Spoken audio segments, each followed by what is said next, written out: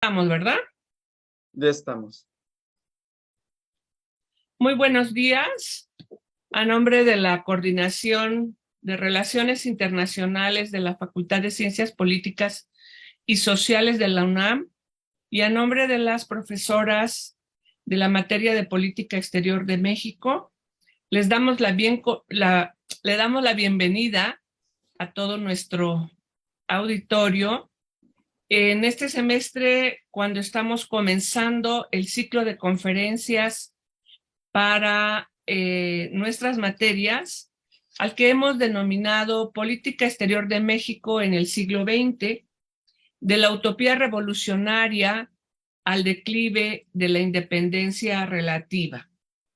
Este martes 6 de septiembre de 2022 nos acompaña el doctor Rodolfo Villarreal Ríos, quien nos va a presentar la ponencia El nacionalismo pragmático, eje de las relaciones México-Estados Unidos durante la Revolución.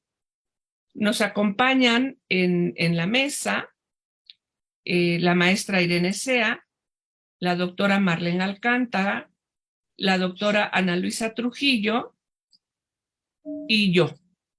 Entonces, estamos muy contentos de recibir hoy al doctor Rodolfo Villarreal, quien ya ha estado con nosotros en otras ocasiones, y le voy a pedir a la doctora Alcántara me haga favor de presentarnos al doctor Villarreal. Buenos días a todos. Buenos días. Muchas gracias, Rosa.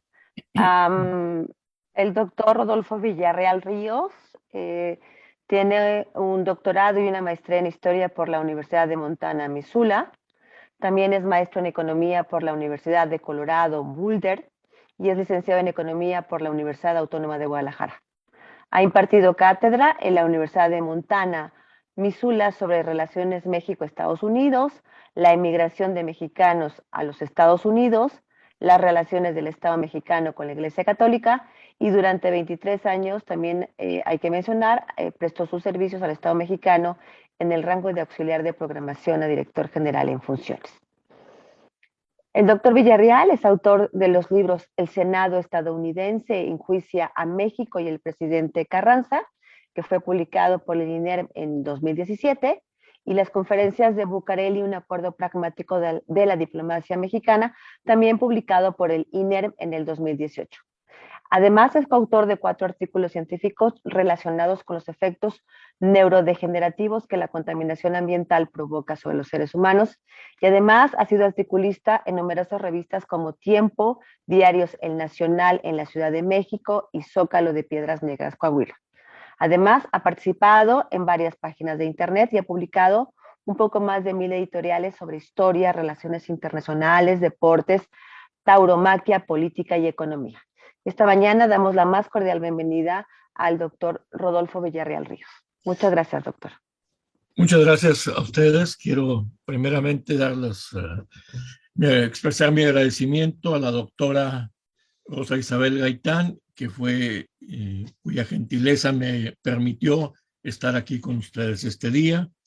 En igual forma, agradezco a las maestras de la Facultad de Ciencias Políticas y Sociales de la Universidad Nacional Autónoma de México, maestra Irene Sea Prado, y las doctoras Marlene Alcántara Domínguez y Ana Luisa Trujillo Juárez, así como el apoyo técnico que nos está prestando Jair Aguilar. Asimismo, quiero expresar a ustedes, los integrantes de la Facultad de Ciencias Políticas y Sociales de la Universidad Nacional Autónoma de México, el permitirme exponer ante ustedes el tema El nacionalismo pragmático, eje de las relaciones México-Estados Unidos durante la Revolución.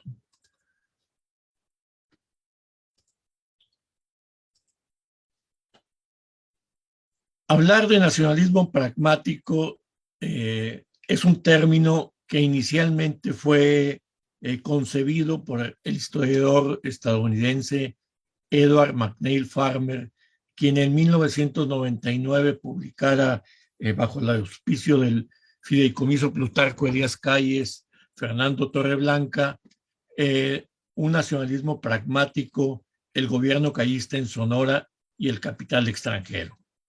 A partir de ahí, una vez que revisé esta publicación, consideré extrapolar el concepto de nacionalismo pragmático a la forma en que los gobiernos de la revolución llevaron a cabo las negociaciones para poder entenderse con los Estados Unidos. Y en ese nacionalismo pragmático, lo que se hace es, sin dejar a un lado los intereses de la patria, se reconoce cuáles son nuestras fortalezas y cuáles son nuestras debilidades. Y en ese contexto se realizan las negociaciones, que son las que permiten lograr acuerdos. No podemos hablar de la Revolución Mexicana sin remitirnos a su origen. Ese origen, todos lo sabemos, nace de los problemas que se generan durante los últimos años, o durante el gobierno del presidente José de la Cruz Porfirio Díaz Mori, quien, si bien logró que el país creciera, no fue capaz de que eso se transformara en desarrollo. Y esto, en consecuencia, provocó una serie de problemas sociales que para 1909, después de los más de 30 años del presidente Díaz en el poder, obviamente estaban causando una serie de inquietudes, no nada más entre las clases que no habían recibido los beneficios de las políticas del porfirismo, sino también entre los grupos de interés económico que se sentían desplazados de la participación política, ya que todo, como lo sabemos, se concentraba en los allegados al presidente Díaz, que eran el grupo de los científicos, y en el norte, el grupo Monterrey, porque debemos de reconocerlo, aquel grupo que había sido creado por Santiago Vidaurri, Evaristo Madero Elizondo y Patricio Milmo, pues querían tener una participación en las decisiones políticas del país. Para ello, encuentran uno de ellos, el nieto de Evaristo Madero Elizondo, Francisco Ignacio Madero González, se lanza a la palestra política escribiendo la sucesión presidencial y en ese momento se presenta como candidato opositor a el presidente Díaz. Durante las elecciones de 1910 se suscitan toda una serie de problemas que ya habían sido previstos por el presidente Díaz cuando en octubre de 1909 se entrevista con el presidente estadounidense William Howard Taft y en cierta forma le pide apoyo para la elección que se realizaría en 1910. La foto que aquí vemos corresponde a esa reunión y es interesante observar cómo, a pesar de las diferencias de estatura, Howard le sacaba 15 centímetros al presidente Díaz y como 40 kilos o más. Howard pesaba 165 kilos y Díaz apenas 70. En ese contexto se dan las elecciones de 1910 con una serie de errores del porfirismo al encarcelar a Madero, cometer fraude en las elecciones. Madero huye, se instala en San Antonio y finalmente, como todos lo sabemos, de manera oficial, la lucha revolucionaria se inicia el 20 de noviembre de 1910, aun cuando realmente ahí no se da una batalla en Piedras Negras, que es donde iba a iniciar, o en Ciudad Porfirio Díaz, en aquel entonces, que es donde se iba a iniciar el movimiento revolucionario. Conforme transcurren los meses, no muchos, Porfirio Díaz, el presidente Díaz, se percata de que aquello no iba a ningún lado y era necesario preservar lo que había hecho para la modernización del país y que el movimiento armado no lo destrozara. En ese contexto, en marzo de 1911, se reúnen en New York, en el Hotel Plaza, los representantes del presidente Díaz, José Yves Limantour, secretario de Hacienda, y Francisco León de la Barra, el embajador de México en los Estados Unidos. Por parte de Madero estaba su padre, Francisco Ignacio Madero Hernández, su hermano Gustavo Adolfo, y de los revolucionarios acudía el doctor Francisco Vázquez Gómez. Si ustedes ven esta figura aquí en pequeño de Henry Lane Wilson, la razón es que Henry Lane Wilson se encontraba a 3 cuadras del Hotel Plaza. Él estaba en el Hotel Waldorf Astoria, esperando que los mexicanos lo llamaran para tomar parte en las negociaciones, cosa que no sucedió y provocó gran disgusto en Lane Wilson. Los acuerdos que ahí se tomaron era que el secretario de Relaciones Exteriores, Enrique Clay Krill Quilty, por cierto, ancestro del actual presidente de la Cámara de Diputados, Santiago Krill Miranda, presentara su renuncia y se nombrara a Limantur como secretario de Relaciones Exteriores. El vicepresidente Ramón Corral Verdugo, para entonces muy enfermo, declinaría el puesto, el cargo quedaba acéfalo, y en la línea sucesoria, quien ocupaba el cargo el cargo de sucesión sería Limantur, al momento que el presidente Díaz dimitiera, y una vez en interinato, Limantur convocaría elecciones y Madero sería el candidato a la presidencia. Sin embargo, el presidente Díaz, hombre político, animal político, se percata de que si Limantur accedía a la presidencia, se iba a exacerbar el movimiento revolucionario y opta por nombrar a Francisco León de la Barra como secretario de Relaciones, en base a lo cual el 21 de mayo de 1911 se dan los tratados de Ciudad Juárez, donde se reúne José María Pino Suárez, Vázquez Gómez, Francisco Madero Hernández y el representante de Díaz, Francisco Carvajal, para acordar la renuncia del presidente Díaz y el vicepresidente Corral, y que León de la Barra accediera como presidente interino para después, 6 meses más tarde, convocar elecciones. El gobierno de León de la Barra es un gobierno terso, hasta cierto punto, típico de transición. No hay mayor enfrentamiento, salvo algunos movimientos obreros problemas obreros que se logran solucionar, convoca elecciones, y es ahí donde surge un primer enfrentamiento entre los grupos que apoyaban a Francisco León de la Barra, específicamente el Partido Católico Nacional, que había sido creado el 11 de mayo de 1911 y querían imponer como candidato a vicepresidente con Madero a León de la Barra. Madero no lo acepta y posteriormente es José María Pino Suárez quien participa con esto. Una vez que Madero gana abrumadoramente las elecciones, toma el poder y sigue enfrentando la demanda urgente de parte de los revolucionarios sociales, llamémoslos así, de que hiciera las transformaciones inmediatamente. Madero optaba por el gradualismo y una de esas cosas era cumplir sus promesas de campaña. La primera de ellas era convocar elecciones, cosa que hizo en octubre de 1912, y para el Partido Católico Nacional aquello fue un éxito. Obtuvo 28 diputaciones, 4 gubernaturas y 4 senadurías. Y eso, pues obviamente despertó sus apetitos políticos. Aunado a ello, en el sur, Emiliano Zapata estaba ya totalmente en contra de Madero porque sentía que no le había cumplido las promesas de cambios radicales, y lanza en noviembre de 1912 el Plan de Ayala, el original, no lo que nos han vendido después. Debemos recordar que el Plan de Ayala original, su objetivo era derrocar a Francisco Ignacio Madero, colocar como líder revolucionario a Pascual Orozco, y en caso de que él no lo aceptara, el líder de la revolución iba a ser Emiliano Zapata.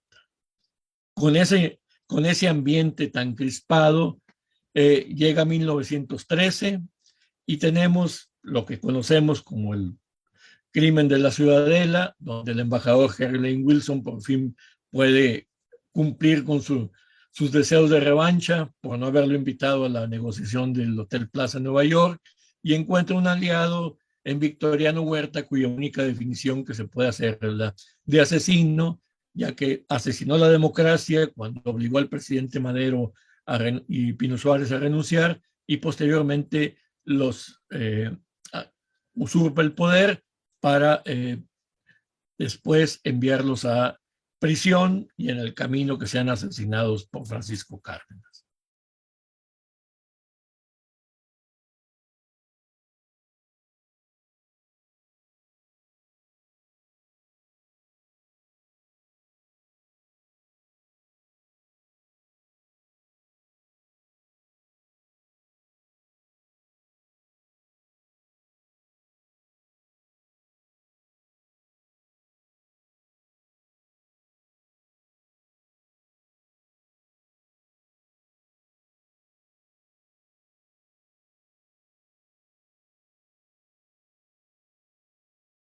Se apagó su micrófono, doctor.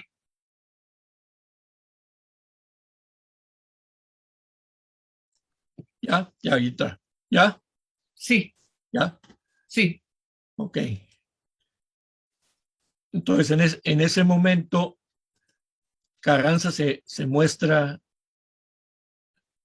contrario a Huerta, la lucha revolucionaria se intensifica y en los Estados Unidos, el presidente Woodrow Wilson tiene la grandiosa idea de que era el momento de ayudar a México para deshacerse de Huerta, quien consideraba espurio como gobernante, y en ese instante decide enviar los buques estadounidenses a Veracruz, una acción que fue instrumentada por el secretario de Marina, Josephus Daniels, que posteriormente sería embajador de México entre 1933 y 41, y el subsecretario de Marina, que se llamaba Franklin Delano Roosevelt, que sería presidente de los Estados Unidos posteriormente. La acción produce el efecto contrario, porque de nada valía que los Estados Unidos alegaran que se le había ofendido a los soldados estadounidenses y que se requería hacer los honores a la bandera estadounidense con salvas y demás. La población mexicana sintió que era una invasión y definitivamente rechaza aquello, dando margen a que Huerta se mantenga un tiempo más en el poder. Sin embargo, eso pues era efímero. Las tropas revolucionarias, tanto en el occidente, las de Álvaro Obregón, como en el norte, las de Francisco Villa, infligían derrotas al ejército huertista, y ante ello los embajadores de Argentina, Brasil y Chile en los Estados Unidos convencen al presidente Wilson de que era factible negociar con la gente de Huerta su salida. Eso se da en las llamadas conferencias de Niagara Falls, que se efectúan entre mayo y junio de 1914. Hay quienes estiman que ese fue el motivo por el cual renunció Huerta. No, Huerta renunció porque las fuerzas revolucionarias, especialmente las de Villa en Torreón y en Zacatecas, podríamos decir de manera coloquial, le rompen el espinazo y no tenía Huerta ya con qué defenderse. Finalmente, en julio, Huerta abandona el país. Carranza emerge como primer jefe del ejército constitucionalista encargado del Ejecutivo, y él es quien se encarga de presionar a los estadounidenses para que abandonen Veracruz, cosa que se logra en noviembre de 1914. Sin embargo, eso no evita que Carranza siga teniendo las resistencias por parte de los grupos revolucionarios, y vemos que sucede la Convención de Aguascalientes y posteriormente tiene que darse el enfrentamiento en Celaya entre las tropas de Álvaro Obregón Salido y las de Francisco Villa, y aun cuando pierde el brazo Obregón se impone, y aquí debemos recordar que el único general invicto que existió en la Revolución Mexicana fue precisamente Obregón.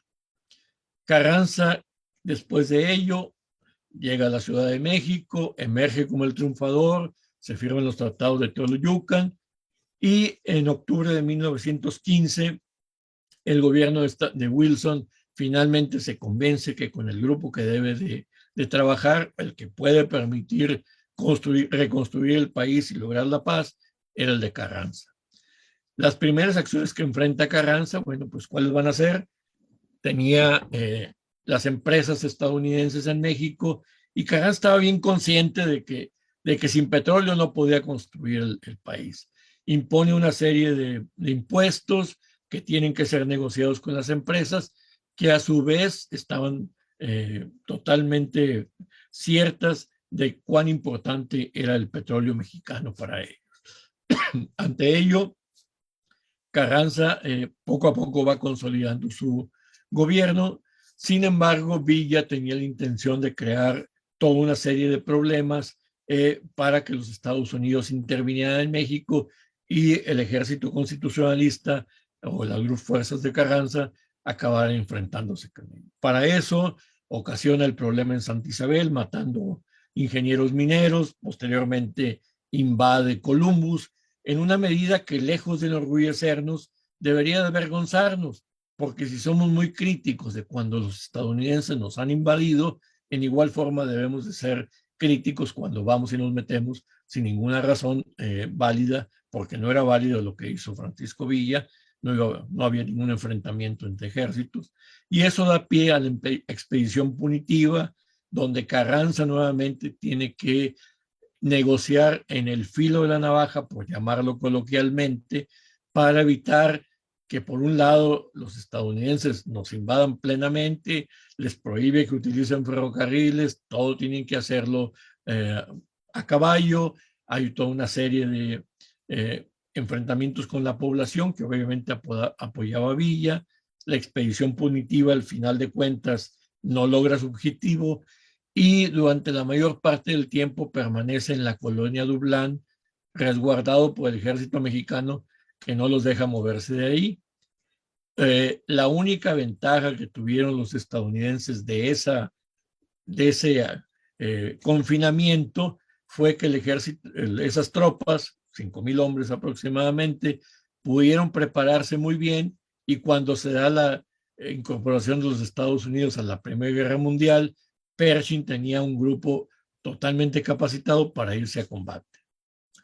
Finalmente, el 5 de febrero del 17, el mismo día que la Constitución, que el Congreso Constituyente termina sus trabajos, la expedición punitiva abandona México tras de todas las negociaciones con Carranza, que la única batalla que se dio fue la batalla del Carrizal y fue cuyos resultados fueron negociados para evitar mayor daño. En enero del 17, cuando Alemania estaba ya en plena guerra mundial y buscaba aliados para poder enfrentarse a los Estados Unidos, la inteligencia naval británica intercepta el conocido telegrama Zimmerman, que todos lo sabemos, es el telegrama donde Alemania le proponía a México su apoyo para recuperar Texas, Nuevo México y Arizona, a cambio de que México se incorporara a favor de los alemanes y atacar a Estados Unidos. Si ustedes se preguntan por qué no está incluido California en eso, es muy fácil. California, los alemanes pensaban que Japón podía ocuparlo y entonces establecer toda una cabeza de playa para atacar a los Estados Unidos. De esa forma se da la incorporación finalmente de los Estados Unidos a la Primera Guerra Mundial, perdón, y en medio de todo ello, México, el presidente Carranza, firme creyente en la autodeterminación de los pueblos, promulga lo que se conoce como la doctrina Carranza, un tema que es tratado con amplitud y con precisión en el libro cuya portada aquí les presento, La Doctrina Carranza, de la autoría de la doctora Gaitán Guzmán, libro que no voy a analizar, sería totalmente fuera de sitio de mi parte, pues si tenemos a la experta que conoce el tema, no hay que invadir esferas de las cuales uno no lo domina totalmente.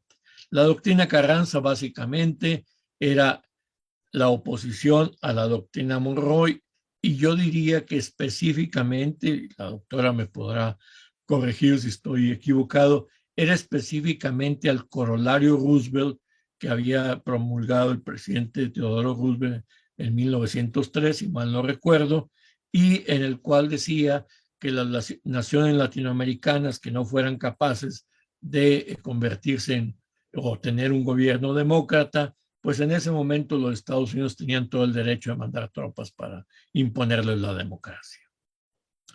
Finalmente, esto aparece en septiembre de 1918. En noviembre de ese año concluye la Primera Guerra Mundial con el triunfo de las fuerzas estadounidenses, emergiendo Woodrow Wilson como el gran líder.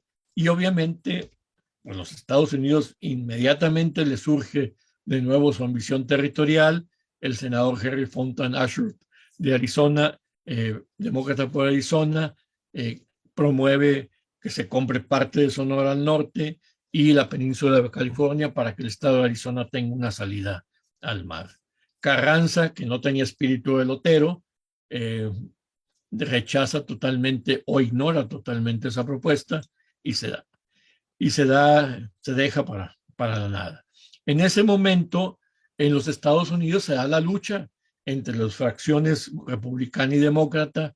Los republicanos no querían que Wilson emergiera como el gran líder mundial y Wilson se embarca en su necedad de que los Estados Unidos se incorporen a la Liga de las Naciones. Se da todo un enfrentamiento entre republicanos y demócratas en torno a ello, y uno de los lugartenientes del líder opositor republicano Henry Cabot Lodge era el senador por Nuevo México Albert Bacon Fall, quien crea un subcomité para investigar los atentados cometidos en México en contra de los ciudadanos de los Estados Unidos.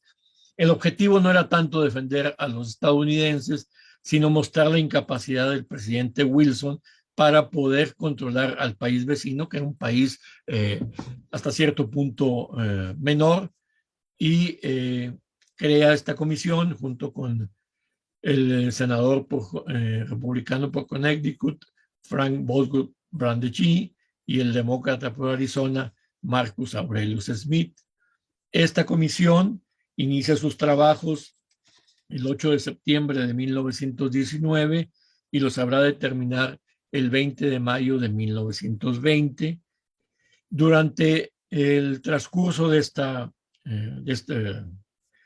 comisión itinerante, que celebra audiencias en El Paso, San Antonio, Laredo y en Brownsville, en Texas, en Tucson y Nogales, en Arizona, en Los Ángeles y San Diego, en California, y en Nueva York y Washington, se presentan 257 testigos a declarar, unos a favor, unos en contra de México. Quienes mayor expresan cosas negativas acerca de México son los miembros de la Iglesia Católica.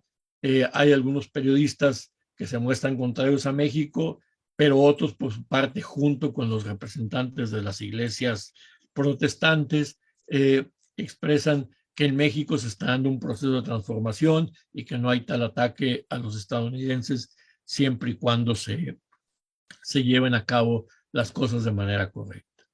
Esto lo expreso con mayor amplitud en el libro que se mencionaba al principio, que publiqué en 2017, El Senado estadounidense enjuicia a México y al presidente Carranza, editado por el INER, en los tiempos en que la directora de esta institución era la doctora Patricia Galeana Herrera, que fue la que apoyó la publicación de esto. En el transcurso de la reunión de la comisión Fall, se dan una serie de eventos que tarde que temprano involucran a México. Uno de ellos es el infarto cerebral del presidente Wilson en octubre del 19, que pone el gobierno prácticamente en manos de la esposa de Wilson, de su médico Tumulty, el secretario particular Tumulty, y del doctor Cary Traves Grayson, que era el médico de cabecera de ellos. Ellos no permiten que nadie se acerque a Wilson, y el país prácticamente es manejado por ellos durante ese tiempo. Ante eso, se despiertan las ambiciones. Fall continuaba insistiendo en que había que atacar a México y romper relaciones. Encuentra un aliado en el secretario de Estado Robert Lansing y el embajador en México Henry Prater Fletcher. Y entre todos empiezan a hacer una serie de maniobras que iban a exhibir que el presidente Wilson estaba incapacitado y que era necesario invadir a México. Ante ello, deciden que hay otro elemento adicional que se presenta, que es el secuestro del cónsul de Estados Unidos en Puebla, Oscar William Jenkins, un secuestro muy cuestionable. Algunos dicen que fue autosecuestro, otros dicen que realmente fueron zapatistas quienes lo secuestraron, pero al final de cuentas era la excusa perfecta para ir con el presidente Wilson a decirle que rompiera relaciones con México y mandara a los Marines, aparte que querían comprobar si efectivamente el presidente Wilson estaba capacitado para seguir ejerciendo el cargo. Se nombra a Fall y al senador Gilbert Monell Hitchcock, demócrata por Nevada, para que vayan a ver al presidente Wilson. Al llegar a la recámara de Wilson, porque seguía postrado, el 6 de diciembre de 1919, lo primero que se enfrentan es que llega Tumulty a anunciar que ha sido liberado Oscar William Jenkins, y a partir de ahí quedan desarmados Fall y Hitchcock y tienen que reconocer al final de la entrevista que el presidente Wilson estaba perfectamente enterado de lo que sucedía y capacitado mentalmente.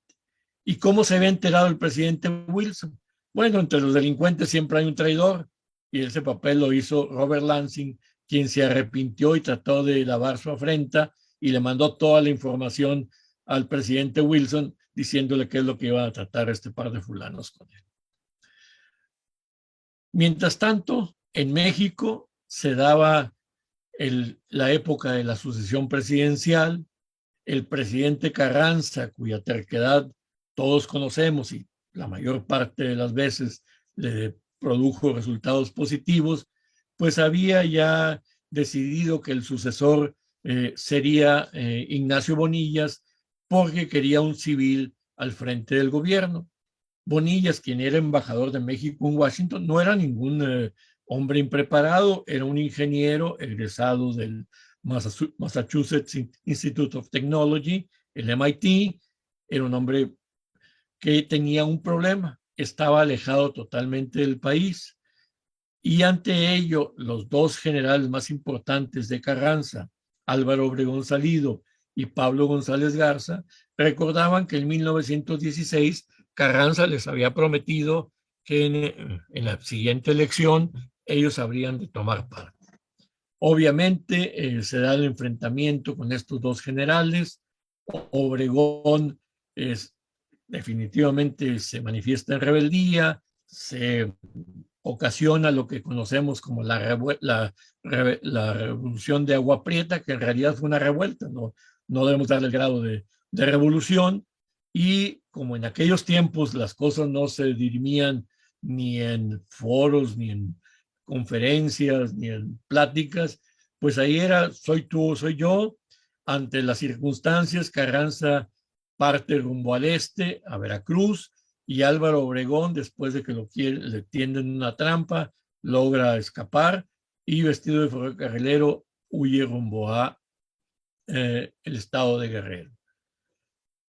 Finalmente las cosas terminan, como todos conocemos, con el asesinato del presidente Carranza, del estadista Carranza, el 21 de mayo de 1920, en Tlaxcalaltongo, en la madrugada. Y aquí debemos de mencionar algo que fue coincidencia o no. El día 20 de mayo, como lo mencionaba anteriormente, a las 2:30 de la tarde concluyen las audiencias de la Comisión Fall, y cuyos acuerdos finalmente eran pues convertirnos en un protectorado, ya que demandaban que se modificara el artículo 3, el artículo 33 y el artículo 130 de la Constitución de México, todos ellos eximiendo a los estadounidenses de cumplir con lo que ahí se establecía. Bajo esa premisa, pues obviamente nadie le hizo caso, quedó eso como simplemente un llamado a misa, fue incorporado a la plataforma del Partido Republicano para las elecciones que se aproximaban a finales de 1920. Bajo esas circunstancias, la trinca sonorense de Plutarco Elías Calles Campuzano, Álvaro Obregón Salido y Adolfo de la Huerta Marcor son los triunfadores. De la Huerta es nombrado presidente interino y cubre el periodo de junio a noviembre de ese año. Hace una labor muy importante, digamos que construye la segunda etapa de lo que sería el Estado mexicano moderno, o se encarga de la segunda etapa de lo que sería el Estado mexicano moderno, que había sido diseñado por el estadista Venustiano Carranza Garza. Pacifica el país de la Huerta y a la vez entabla negociaciones no oficiales con el gobierno de Estados Unidos para tratar de firmar un tratado de amistad y comercio. Al principios de noviembre el tratado estaba listo, pasaba obviamente por el petróleo, pero llega muy tarde y muy temprano. Muy tarde para la Huerta, que ya se iba y entregaría el poder a quien había sido electo presidente, Álvaro Obregón Salido, y el presidente Wilson ya había sido derrotado su partido, el Demócrata, con su candidato James Cox, había sido derrotado por el republicano Warren Gamaliel Harding. Bajo esas circunstancias se da el arribo de Álvaro Obregón Salido, quien obviamente, como lo menciono, no aceptaba firmar un tratado de amistad y comercio que había sido arreglado por su antecesor, y aparte él arguía que no firmaría tratado alguno mientras no se lograra el reconocimiento por parte de los Estados Unidos.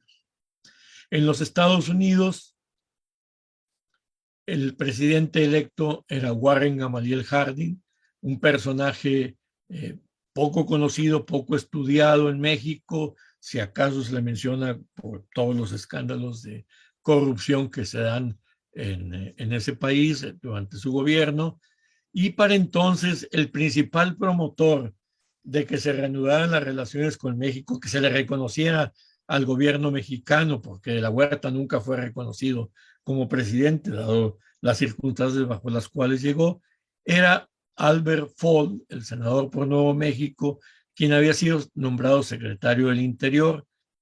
Respecto a Fall, cabe mencionar al calce que de su actuación como secretario del Interior habría de convertirse en el primer funcionario del gobierno estadounidense que sería condenado a prisión. Eso sucedería posteriormente por un escándalo, por el T-Dom escándalo que sucedió por un tráfico con terrenos petroleros. Pero volviendo a 1921, la relación entre Obregón y Harding de manera no oficial era muy intensa, se estaban dando toda una serie de intercambios epistolares, y a la vez en 1921 el secretario de Relaciones Exteriores, José Alberto Pani Arteaga, estaba y envió un proyecto de tratado de amistad y comercio al secretario Charles Evan Hughes, y ese se fue retrasando porque no contestaba Hughes inmediatamente a lo que pasaba. Luego cuando lo responde, en México se tarda. Finalmente llegamos al año de 1922, cuando México estaba requerido de obtener créditos. México no tenía crédito, no tenía acceso, no era un gobierno reconocido. Se crea un comité de banqueros presidido por Thomas W. Lamont. Obregón decide enviar a su secretario de Hacienda, Adolfo de la Huerta, a negociar ese acuerdo que se logra, se reconocen deudas, se logran reducir las mismas de 1,000 a 500 millones, se acuerda cómo serían los pagos del servicio de la deuda se emiten bonos mexicanos que eran muy cuestionables, porque quién iba a comprar bonos de un país que no estaba reconocido, y entonces pues corrían el grave riesgo de quedarse con papel sin valor en la mano. Finalmente de la Huerta logra este acuerdo con Thomas Lamont, y bueno, todo el mundo pensó que ya de la Huerta traía reconocimiento en la bolsa, así lo anunció la prensa de aquel tiempo. De la Huerta se convierte en el hombre del momento, todo apuntaba que él sería el sucesor del presidente Obregón.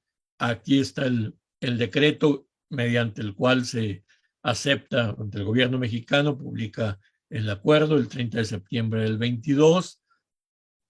A la par de ese acuerdo, se da un fallo de la Suprema Corte de Justicia de la Nación por una demanda que se tenía de la Texas Company of Mexico referente a la retroactividad del artículo 27 de la Constitución.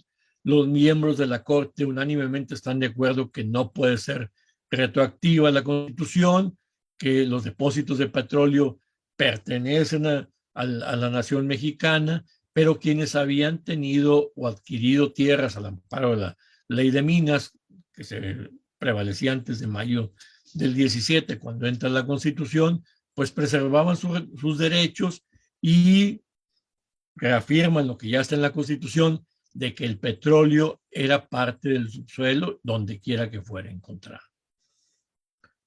Con eso transcurre 1922, llegamos a 1923, cuando ya las negociaciones finales hacen más fluidas, y en marzo de ese año se acuerda que habrá de celebrarse en las que conocemos como las conferencias de Bucareli, las cuales se materializan entre el 14 de mayo y el 15 de agosto de 1923, periodo en el cual el 2 de agosto fallece el presidente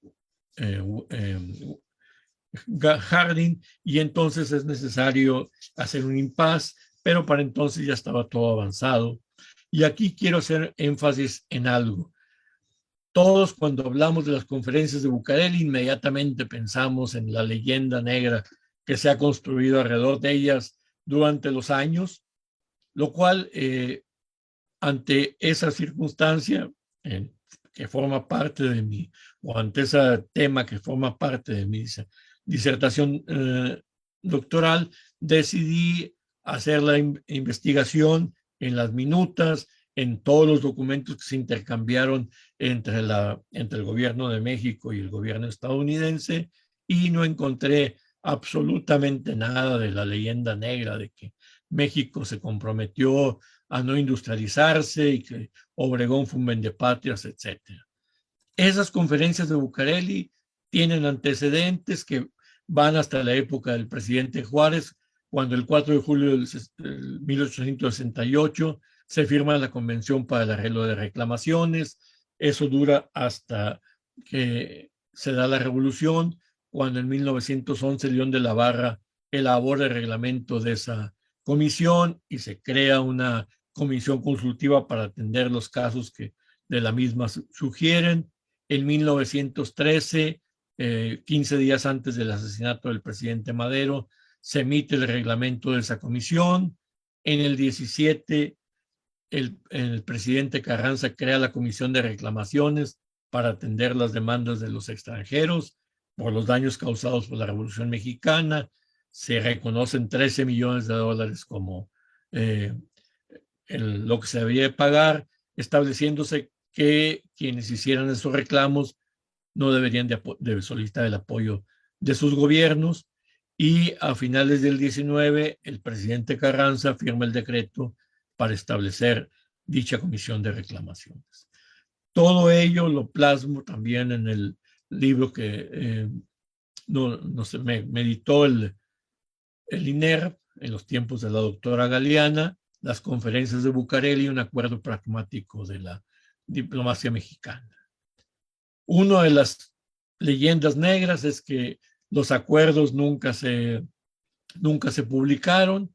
En la Convención Especial de Reclamaciones se publica el 23 de febrero de 1924, una vez que habían sido aprobados en diciembre de 1923 por el Congreso Federal, una votación de 42-6, y en ellas lo que se establecía es que se habrían de efectuar pérdidas o daños sufridos por ciudadanos estadounidenses por actos revolucionarios entre el 20 de noviembre y el 10 y el 31 de mayo del 20. Al final se pagaron 5.4 millones de dólares, y en el caso de la Convención General, que fue aprobada en febrero 1 del 24, se publica en el Diario Oficial el 2 de abril, y en ella se establece arreglar y ajustar las reclamaciones de los ciudadanos desde lo que haya sucedido el 4 de julio de 1868 hasta antes de la Revolución. Al final, el monto a pagar fueron 40 millones de dólares que se concluyeron de cubrir en 1955. Como vemos, no hay nada fuera de unos pagos por reclamaciones de daños y perjuicios. Bajo ese contexto, el presidente Calvin Coolidge, que había sustituido al presidente Harding, emite el reconocimiento a México una vez que el Senado estadounidense aprobó esos convenios, y así llega al término el gobierno del presidente Obregón, y accede a él el estadista Plutarco Elías Calles Campuzano, quien habría de ser el encargado de construir el edificio que albergaría la cuarta etapa del Estado mexicano moderno. Las relaciones entre ambos se dan muy bien, existe mucho pragmatismo, ambos Coolidge no estaba interesado en intervenir en México, el presidente Calles estaba interesado en crear las instituciones para lo que sería el México del futuro. Sin embargo, el embajador estadounidense en México por aquellos tiempos, James Rockwell Sheffield, estaba empeñado en crear problemas, llevó las cosas a un límite con una serie de mentiras, de documentos falsos y demás, al grado tal que empezó la posibilidad de que los Estados Unidos invadieran México, derivado de la información errónea que transmitía este hombre, cuyos reportes al Departamento de Estado empezaban diciendo, de acuerdo a lo publicado por la prensa en México el día de hoy, pues eso es, ningún embajador que se precie puede iniciar sus reportes en base a las noticias que se publican en la prensa. Finalmente ahí se da un incidente en el cual el presidente, el estadista Elías Calles, utiliza las herramientas de que disponía, ordena al gobernador de Tamaulipas, Emilio Póster Gil, que en caso de que se dieran una invasión estadounidense, ordenara al jefe de la zona militar en Tamaulipas, en Tampico, el general Lázaro Cárdenas del Río, que volara todos los pozos petroleros. Por otro lado, el presidente Elías Calles envía una serie de documentos al presidente Coolidge, indicándole que no los va a dar a conocer en función de que no quiere crear ningún problema. Coolidge finalmente nombra como embajador en México a el financiero Dwight Whitney Morrow, quien a mi parecer es el mejor embajador que hayamos tenido en toda la historia de nuestro país. El segundo fue Josefus Daniels. Para entonces, cuando llega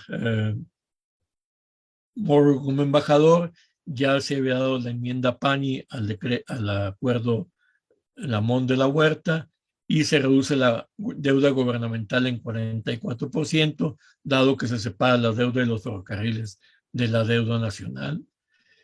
Pero el presidente Elías Calles tenía que hacer algo con el petróleo para ver de en qué forma iba a controlarlos y obtener ingresos o beneficios para México.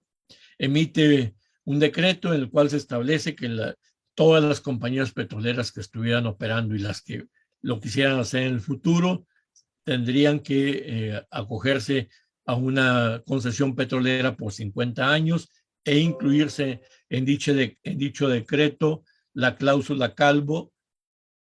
Oh, perdón, aquí se me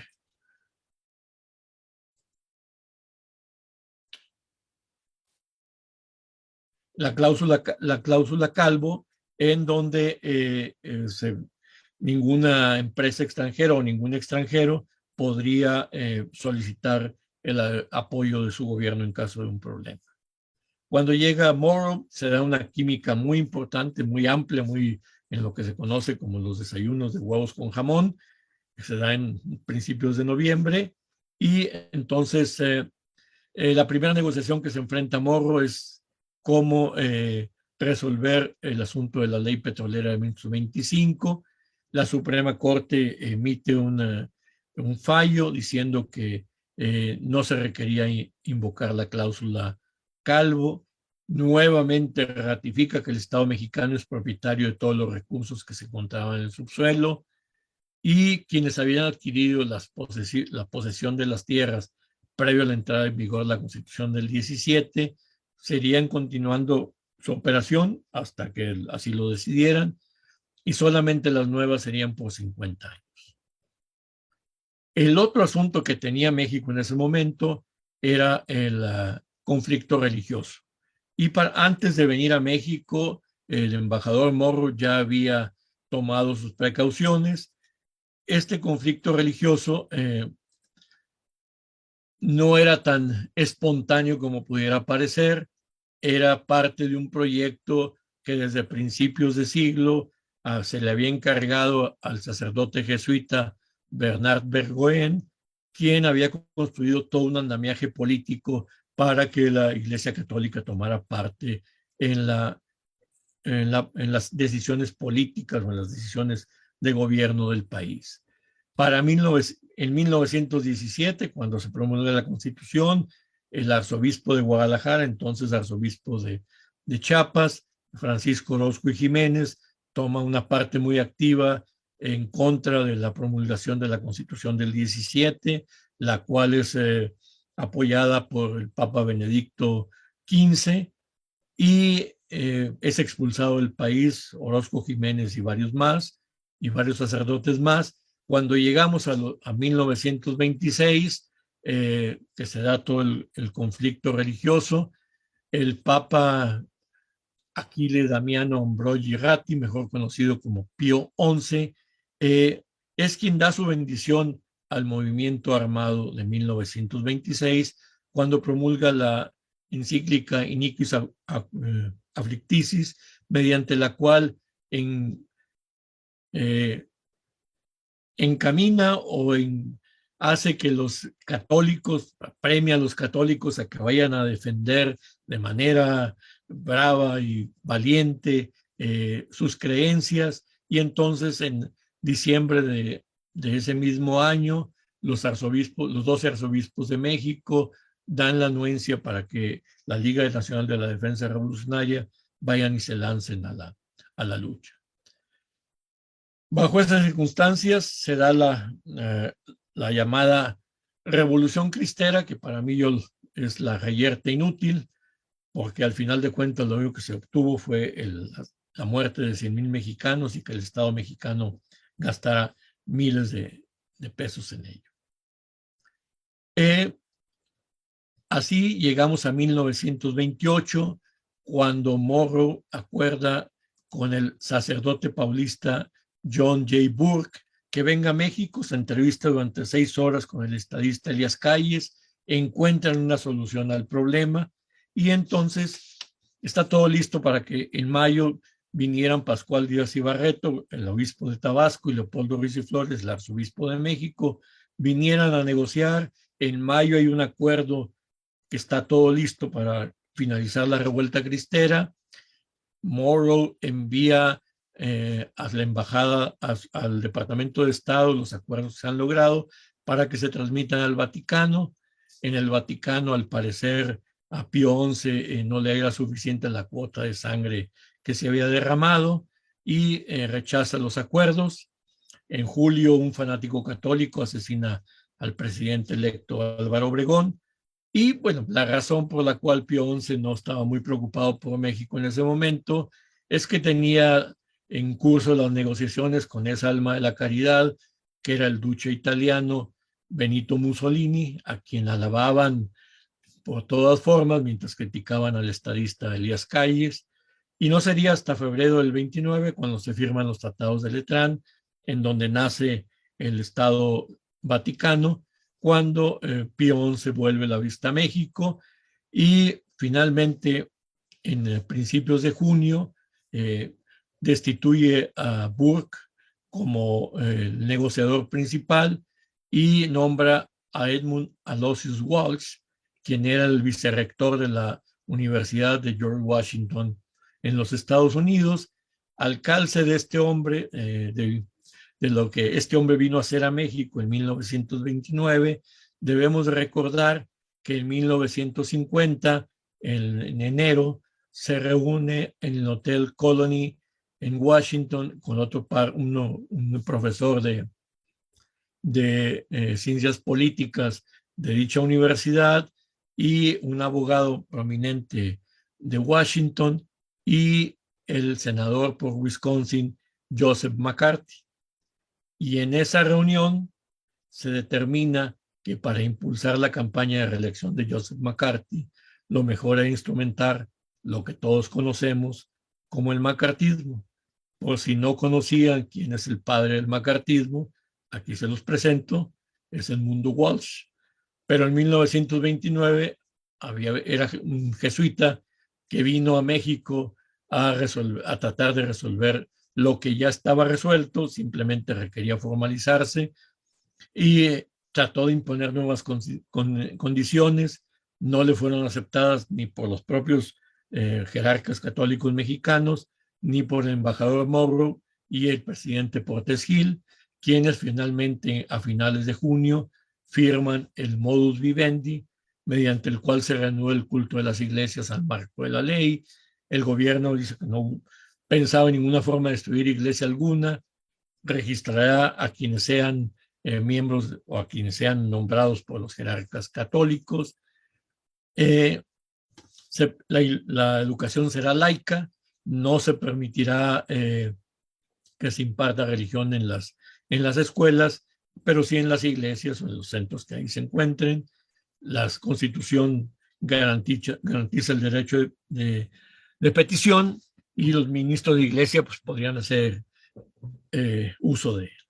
De esta manera se cierra este periodo durante el cual el gobierno mexicano, en el proceso de constituir o de construir el Estado moderno mexicano, lo cual se realiza en 4 etapas: el diseño elaborado por Venustiano Carranza Garza, la limpieza del terreno por Adolfo de la Huerta Marcor, la cimentación la pone Álvaro Obregón Salido, y el edificio que albergaría las instituciones del Estado mexicano moderno sería edificado por Plutarco Elías Calles. En este asunto, en todo ello, prevaleció el nacionalismo pragmático como el arma de negociación de México. Ellos 4 dieron un ejemplo de que es muy importante defender a la nación y los intereses de la misma, pero siempre teniendo presente cuáles son nuestras debilidades y cuáles son nuestras fortalezas. Nacionalismo no es envolverse en el lábaro patrio y lanzarse al vacío para beneplácito de las mayorías.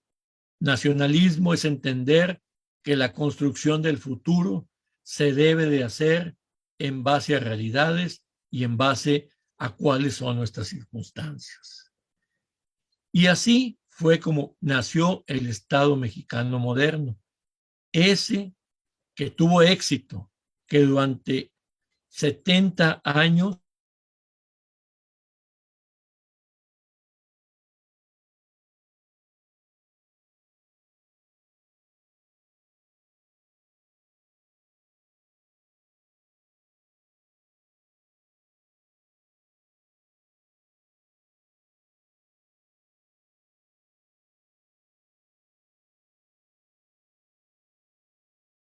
No lo estamos escuchando, doctor. Parece que se canceló.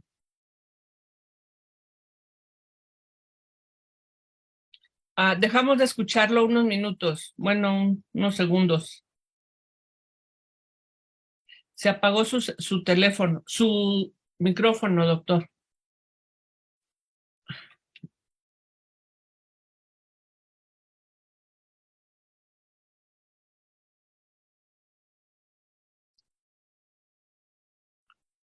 Está silenciado, doctor.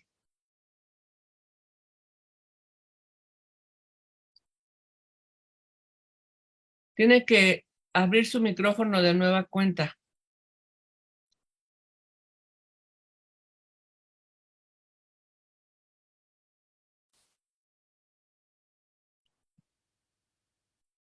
Tiene que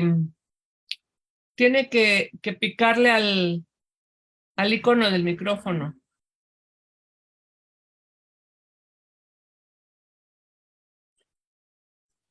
Ahí está ya. Ahora sí, Ahí está nos ya. quedamos en que se está consolidado o construido las 4 etapas del Estado mexicano moderno, Ajá. con un nacionalismo que nos obliga a entender flaquezas y fortalezas para que sea un nacionalismo efectivo, ¿verdad? Ujú. Que conduzca a algo, y ahí lo dejamos de escuchar. Bueno, ese nacionalismo no implica envolverse en la bandera nacional para decir y lanzarse al vacío y decir que todos queremos mucho el país. El nacionalismo implica reconocer nuestras, pragmático implica reconocer nuestras fortalezas y nuestras debilidades. Y en ese contexto fue como se construyó el Estado moderno mexicano en las 4 etapas, cuando el presidente Carranza lo diseña, el presidente Adolfo de la Huerta efectúa la limpieza del terreno, el presidente Obregón Salido echa los cimientos y finalmente el estadista Plutarco Elías Calles edifica valga la redundancia, o construye el edificio en donde durante 70 años habría de albergarse el Instituto, el Estado mexicano moderno, un Estado que fue exitoso a pesar de todos los errores y todos los negativos y todos los positivos que se le quieran colgar. Inmerso en ese proceso, se dio la prevalencia de la institucionalidad y fue generada la movilidad social, que estuvo apuntalada por el surgimiento a todos los niveles de establecimientos educativos privados y públicos de excelencia, entre los cuales destaca con singular preeminencia la Universidad Nacional Autónoma de México. Muchas gracias. Muy bien. Quedo a sus... Ok. ¿Quiere dejar de compartir, por favor, la pantalla? A ver, déjeme... quito Sí. Ajá. Okay. Ya está ahí. Ok, muy bien. Muchísimas gracias por esta exposición, doctor Villarreal. Creo que nos ha hecho un recorrido por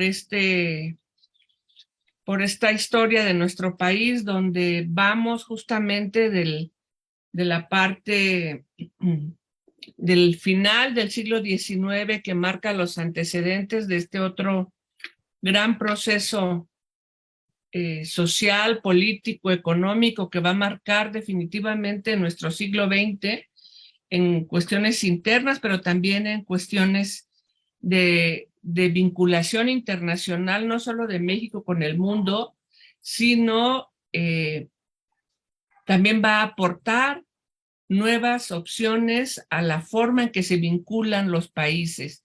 Va a cuestionar la vigencia del derecho internacional y las prácticas de este, que habían sido normalizadas durante los siglos anteriores. Quisiera entonces ahora dar la palabra a nuestras profesoras para que hagan los comentarios que consideren pertinentes. No sé quién quiere comenzar.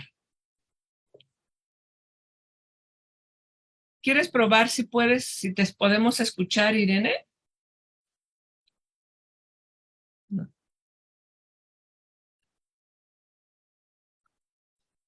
No, no te escuchamos. Ok. Entonces, no sé, Ana Luisa, si quieres comenzar tú.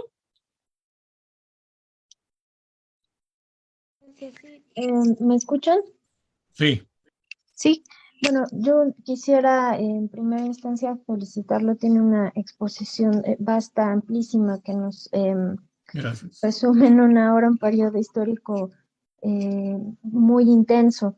Yo destacaría nada más la capacidad de estos líderes que nos mencionaba hace un momento sobre cómo construir al Estado mexicano. Si bien con Benito Juárez ya se habían establecido las bases, creo que parte de las herramientas con las que México se desempeña actualmente en política exterior se van fundamentando en esta etapa.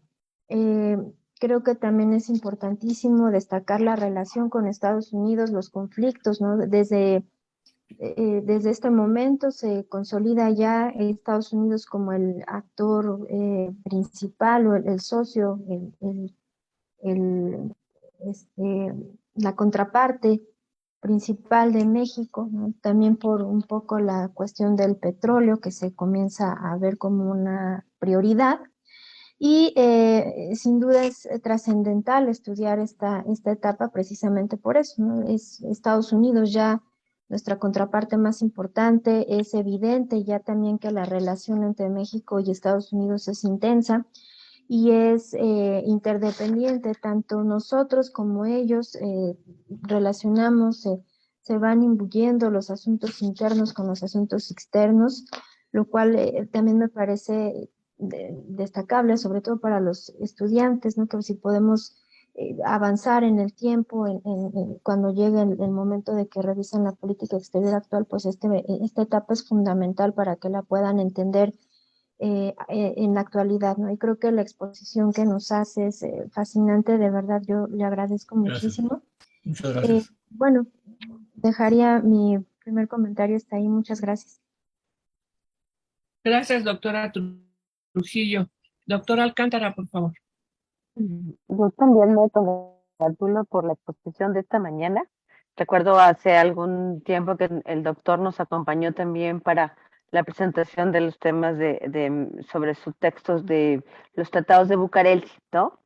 Y creo que al igual que lo que acaba de comentar ahora Rosa Isabel y Ana Luisa, digamos, esta exposición en términos de todo lo que pasa en este periodo que va desde el inicio de la revolución o finales del porfiriato hasta prácticamente finales de la década de los 20, es este proceso que inicia, como usted bien lo menciona, con esta última etapa de conformación del Estado Nacional, ¿no? Que finalmente significará digamos, este futuro o este planteamiento sobre el cual México no solamente nace al siglo XX como un nuevo Estado Nacional o el Estado Nacional moderno, como usted mencionaba, pero también fincando las relaciones exteriores del país y recordándonos nuevamente la importancia que tienen los Estados Unidos en el marco de las relaciones exteriores, ¿no? O particularmente en el marco de la política exterior.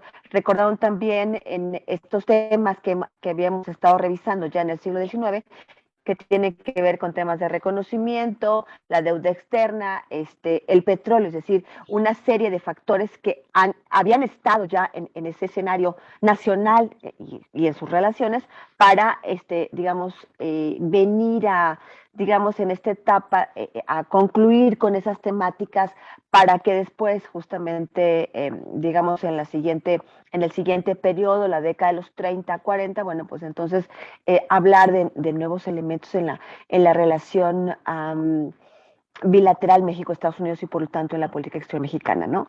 A mí me parece muy interesante esta visión con respecto a la figura del pragmatismo, ¿no? En términos de la política exterior, porque si bien es cierto, ¿no? a lo largo del siglo XX, digamos hasta la fecha, se ha dicho sobre este pragmatismo propio de la política exterior. Creo que no es algo, digamos, reciente, sino es algo que, como usted acaba de mencionar, doctor, ha estado marcado en este inicio del siglo XX, ¿no?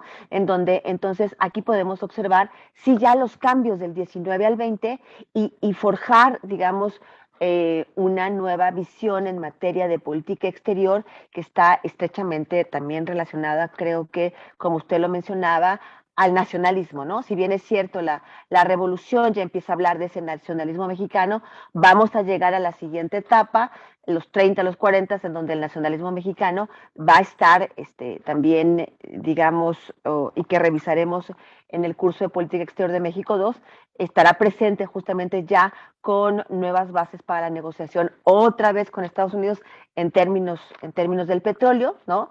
Fundamentalmente con la llegada del presidente Cárdenas, en donde se está, y creo que también es un elemento que está presente, ¿no? El que México busca constantemente relacionarse o mantener relaciones en términos de una estabilidad para con los norteamericanos, ¿no?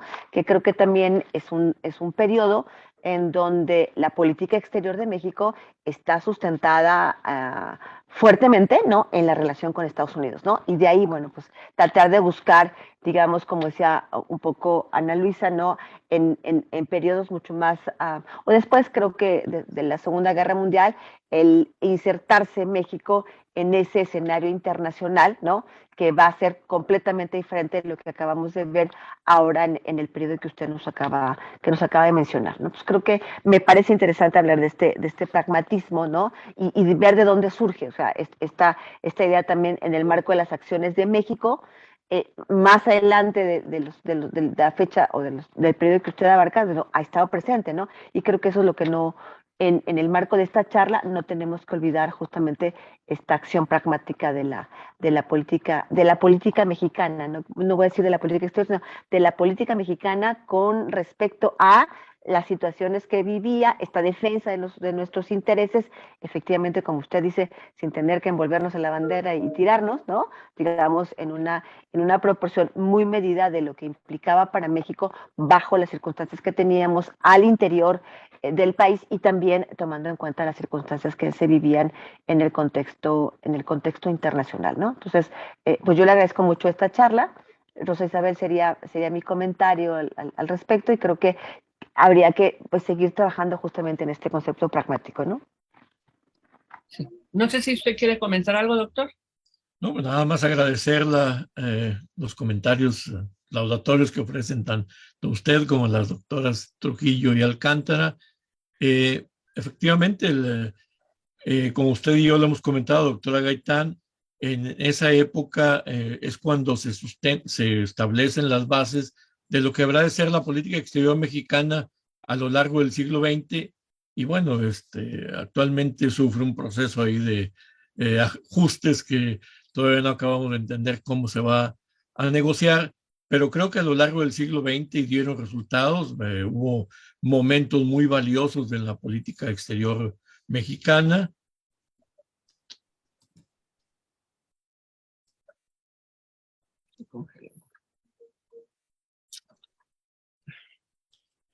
Hubo momentos muy valiosos en la política exterior mexicana a lo largo del siglo XX y bueno, en toda época, la época del general Cárdenas, cuando se da la expropiación petrolera, hay un tema muy interesante que había pensado tratar, pero el tiempo ya no me lo permite, es cómo se da la participación de Alemania y Japón en ese proceso de la expropiación petrolera. Y no sé si ustedes conozcan un libro que se llama Strategy, Security and Spies, de María Emilia Paz, que fue publicado les voy a compartir la pantalla en donde tengo el libro para que lo vean. Es este libro, Strategy, Security and Spies. No es conocido en México, jamás fue traducido. Fue en 1997, se publicó en 98, y trata de cómo Alemania y Japón fueron quienes nos financiaron en la expropiación petrolera, porque ellos fueron los que nos compraban el petróleo en aquellos años. E inclusive existían dos compañías petroleras privadas en México, una era la compañía La Laguna y otra la Veracruzana, y esas dos compañías se dedicaban de explotar petróleo. En 1940, en octubre, se emite un decreto para que la compañía, la Veracruzana, operara 100,000 hectáreas para la exploración de petróleo. Y bueno, pues el capital que financiaba esa compañía era capital japonés. Y entonces el embajador Daniels, cuando se entera de ello, va a reclamarle al presidente Cárdenas que qué estaba pasando. El presidente Cárdenas dice que desconocía el decreto, y bueno, acaban culpando al subsecretario de Economía Nacional, que fue quien firmó el decreto, Modesto Cecilio Roland, quien por cierto es el ingeniero que construyó la Plaza México y el Estadio Azul. Es un gran ingeniero, hizo mucha obra en Baja California, pero pues le tocó pagar los platos rotos porque pues él no se mandaba solo, ¿no? Ningún subsecretario se manda solo, ¿no? Y se da la concesión para que la compañía petrolera, la Veracruzana, explorara esas 100,000 hectáreas, y bueno, pues finalmente se tiene que cancelar, y pues se publicó en el Diario Oficial dicho decreto que el presidente Cárdenas decía desconocer, ¿no? Pero eso es otro asunto que pues en algunos casos el pragmatismo tiene que llevarse al límite de las cosas para poder sobrevivir. Sin la compra de los alemanes y japoneses no hubiéramos tenido expropiación petrolera, porque pues el petróleo en el subsuelo no sirve de nada. Ese era mi comentario. Sí. Muchas gracias, doctor. Pues yo creo que nos sirve muchísimo su exposición, doctor, para identificar esto que comentaba, pues yo creo que como lo que está atrás de estos años en los que la revolución le da a México una constitución y una nueva forma de relacionarnos con el exterior, que no es nada fácil porque afecta sobre todo intereses privados muy poderosos en torno a este recambio energético que está viviendo el mundo. Recambio energético y hegemónico. Así ¿no? es. Donde pasamos de una fuente de energía a otra, donde pasamos del centro de poder mundial de Inglaterra hacia Estados Unidos, atravesando por una guerra europea tremenda, y los mexicanos por un proceso de guerra civil verdaderamente cruenta, que aquí hemos podido observar en su presentación, en su ponencia, los distintos momentos por los que atraviesa la relación México-Estados Unidos en este escenario nacional, continental y mundial, ¿verdad? Aquí creo que la Revolución Mexicana y esta práctica internacional o de vinculación externa con Estados Unidos y también con el resto de las potencias europeas va a pretender una nuevas reglas de convivencia internacional. Y yo creo que ahí es donde podemos entender justamente la importancia del proceso revolucionario y de este proceso de construcción del Estado mexicano, que ya habíamos analizado con nuestros estudiantes el semestre pasado, señalando cómo se va discutiendo un proyecto de nación que va a ser finalmente tomado por el grupo liberal y llevado a la práctica por Porfirio Díaz, Ujú. ¿verdad? Entonces, este recambio creo que nos deja, con lo que usted nos ha presentado aquí, algunas preguntas o algunos temas que a mí me gustaría poner sobre la mesa, que no van a ser motivo de discusión ahora, pero que quisiera que nuestros estudiantes tuvieran claro, que es la relación entre proyecto histórico y política exterior, y cómo el nuevo Estado y las ideas directrices, su esencia ideológica, va a impactar el proyecto de nación, va a redefinir el proyecto de nación en ciertos aspectos, dentro del contexto del capitalismo, por supuesto, pero va a aportar también nuevas, decía, me repito, formas de interaccionar con Estados Unidos, con Europa y con el resto del mundo. Entonces, la segunda pregunta que yo dejaría en la mesa es cómo las características del nuevo Estado tienen una función en el sistema internacional y le van a dar una tarea específica a su política internacional, considerando siempre, desde mi punto de vista, que la política exterior va a ser muy claramente en este momento, como en otros, la expresión del sistema político de nuestro país, y que a las características de ese sistema político a nivel interno van a corresponder también determinadas características de su política internacional. Yo creo que lo que usted nos ha planteado aquí, doctor Villarreal, nos especifica, nos aterriza muchos de los momentos en que esto que yo estoy aquí planteando puede ser apreciado a través de las acciones de los actores de la construcción del Estado mexicano y de los que formulan y ejecutan la política exterior. Y dejaría ahí mi comentario. No sé si alguien quiere agregar algo más.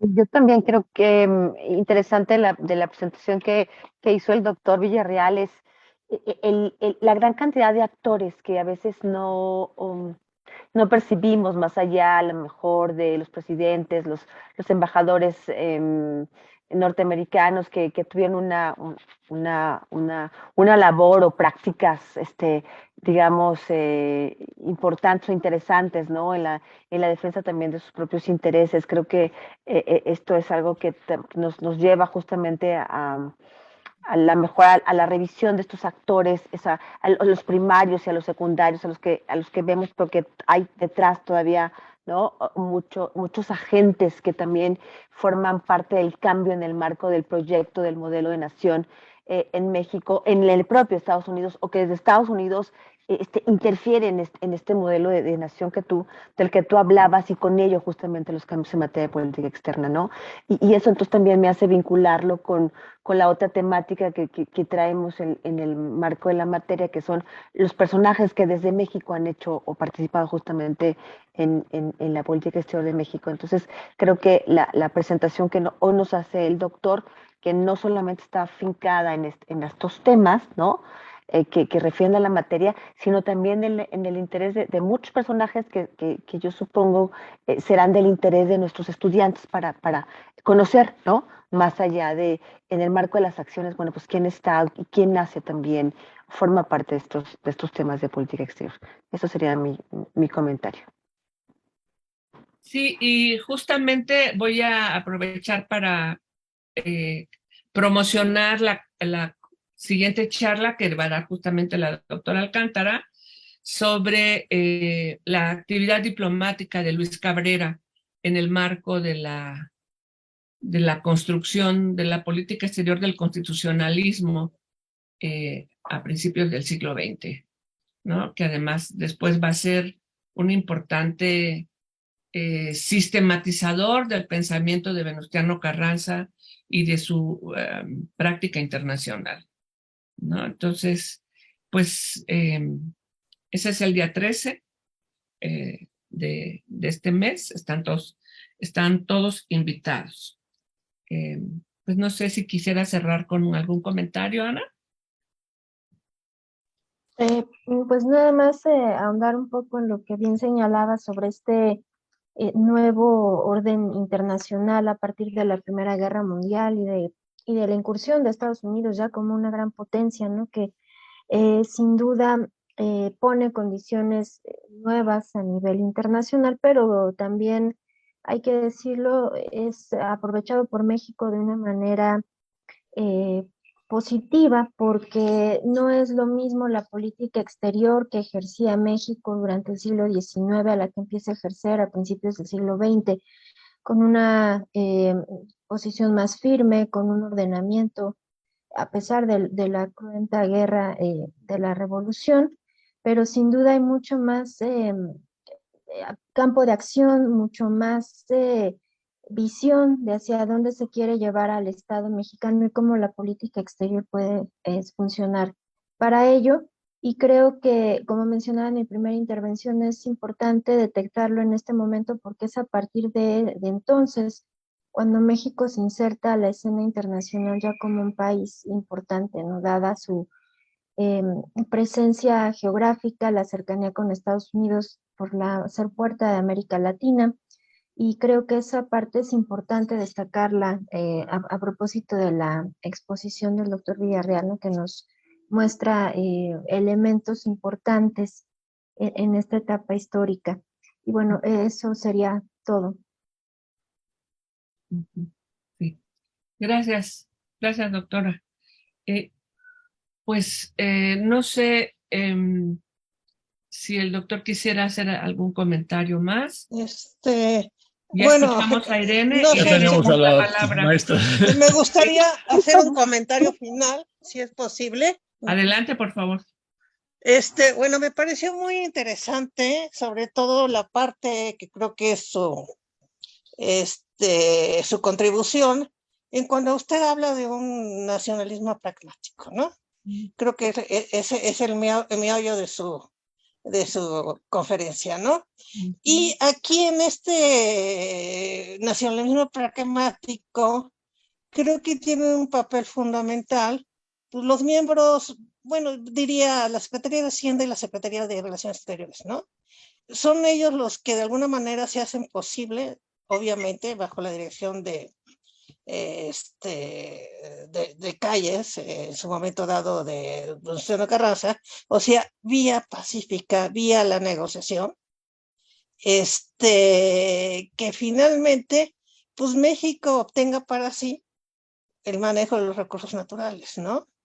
O sea, porque aquí no hay confrontación si hay amenaza por parte de los Estados Unidos, y obviamente México no se puede poner a Sansón con las patadas, ¿no? Entonces yo creo que aquí es el papel y que habría que analizar un poquito más. Me gustó que ponderara el papel de los embajadores estadounidenses, Sheffield Morrow. O sea, yo también estoy de acuerdo que Morrow fue uno de los mejores, pero también había que ponderar, bueno, ¿qué hicieron los embajadores de México ante los Estados Unidos? Los secretarios de Estado, de Relaciones Exteriores, en fin, ¿no? Creo que había que profundizar más en esta parte, ¿no? Entonces, bueno, yo lo único que quería es extender, fue una presentación muy amplia, muy interesante, sobre todo por las fotografías, etcétera. Entonces, como que se graba más. Entonces, mis felicitaciones, ¿no? Y disculpen por lo de mi sonido. Bueno, le agradezco mucho sus comentarios y sí, definitivamente concuerdo con usted en que hay una serie de actores que no mencioné por la limitación del tiempo, pero no podemos olvidar que en la política internacional del carrancismo es fundamental Isidro Fabel Alfaro. Él es el principal, vamos a decir, es el iniciador de todo esto. Si hablamos de embajadores o representantes en Washington, la labor de Eliseo Redondo Garza es fundamental. Eliseo Arredondo, no sé si ustedes lo sepan, era primo hermano de don Venustiano Carranza. Entonces, pero él, independientemente de eso, ahí el nepotismo es válido porque era un hombre muy valioso e hizo una labor muy importante en momentos cruciales para México. Hay otro embajador también que tiene un papel preponderante, es Manuel Telles Acosta, en la época del estadista Elías Calles, que su intervención evita que un problema explote, el problema que había creado el embajador Sheffield. En México, durante la época en que no existían relaciones oficiales con los Estados Unidos, George Summerlin, el encargado de negocios, fue un elemento muy importante durante el gobierno del presidente Obregón. Tampoco podemos dejar de lado la labor que desarrollaron Alberto Pani y Aarón Sáenz Garza. Son funcionarios, todos ellos los mexicanos, que eran gente muy preparada. Yo digo que la razón por la cual el gobierno estadounidense terminó otorgando el reconocimiento a Carranza fue básicamente porque se percató de que con Carranza estaban los elementos más preparados. No estaban los más populares, pero sí el grupo que rodeaba a Carranza era un grupo de gente muy preparada, como lo mencionó la doctora Gaitán. Luis Cabrera fue una pieza fundamental en ese proceso. O sea, si empieza uno a ver todos los hombres que rodeaban al grupo de Carranza, los que se crearon a lo largo de la historia, hay un personaje político que poco se estudia, que es el caso del general Manuel Pérez Treviño, a quien yo tengo una profunda admiración por él, un político muy sagaz, muy preparado, un hombre que cuando fue diplomático en España durante la guerra civil, una actuación envidiable, salvó muchísimas vidas. No fue presidente de México. Hay una anécdota de por qué no fue escogido en lugar de Lázaro Cárdenas, y se dice que al momento de la sucesión, Abelardo L. Rodríguez estaba negociando con el expresidente Elías Calles y vetó a Pérez Treviño porque Pérez Treviño había sido novio de la esposa de Abelardo L. Rodríguez. O sea, esas son cosas, eso está confirmado. Una de sus nietos me lo confirmó. Pero así, o sea, y todos esos hombres, contrario a lo que se dice, Carranza no los mandó a estudiar a Alemania, los mandó a prepararse a Estados Unidos. Hay toda una generación, Aarón Sáenz, su hermano Moisés Sáenz, que es pieza fundamental en el proyecto educativo mexicano, estudiaron en Estados Unidos. Andrés Osuna, otro personaje muy importante. O sea, si se pone uno a analizar los hombres que estaban detrás de Carranza, de Obregón, de Calles, eran gente preparada. Y eso creo que fue fundamental en la construcción del Estado moderno. Cada uno de ellos podría ser estudiado de manera particular y dedicársele horas al análisis de los mismos. Y bueno, quiero agradecerle a las cuatro su amabilidad, su invitación, el haber estado aquí. Qué lástima que no estuvieron los alumnos, pero pues esperamos que en otra ocasión podamos contar con su participación, porque siempre es importante las opiniones de otras generaciones distintas a las nuestras. Sí. Entonces, les agradezco mucho a la doctora Gaitán, a la doctora Trujillo, a la maestra Sea y a la doctora Alcántara el haberme permitido compartir esta charla, que es un tema que me apasiona y al cual le he dedicado pues los últimos 18 años de mi vida. Muchas gracias. Muchas gracias, doctor. Muchas gracias a todas. Creo, voy a echar agua a mi molino, aprovechando el comentario del doctor Villarreal.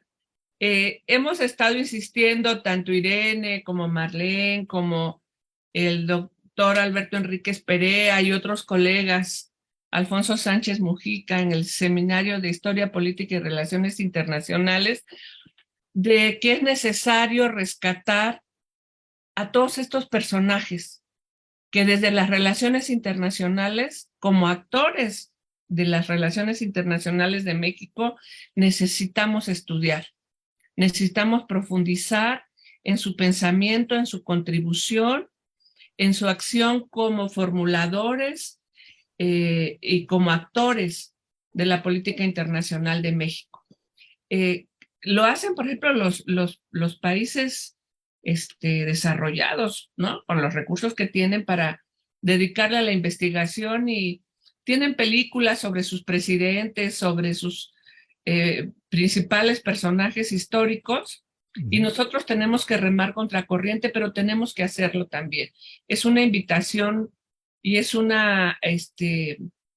compromiso académico que yo me he echado a cuestas, que nos hemos echado a cuestas, y que pues es una invitación. Yo creo que el doctor Villarreal hace mucho en ese sentido, con su trabajo periodístico fundamentalmente. Gracias. Y bueno, pues aquí estamos, ¿no? En eso. Yo agradezco a la vida haber estado en la UNAM y haber tenido a profesoras como Rosa María Romo, como Irene Sea, como el doctor Orozco, y otros, Sergio Colmenero, ¿no? Que me condujeron a ese amor por mi país y a ir a los archivos y a buscar y bueno, pues hacer una mínima contribución por lo menos en ese sentido. Así que me congratulo de lo que aquí se ha dicho y pues agradezco nuevamente al doctor Villarreal y a las colegas que esta mañana estuvimos en la mesa. Agradezco al secretario técnico de la Coordinación de Relaciones Internacionales y a la propia coordinación de la Facultad de Ciencias Políticas para poder llegar a nuestros estudiantes y al público interesado en esta mañana. Muchísimas gracias. Muchas gracias.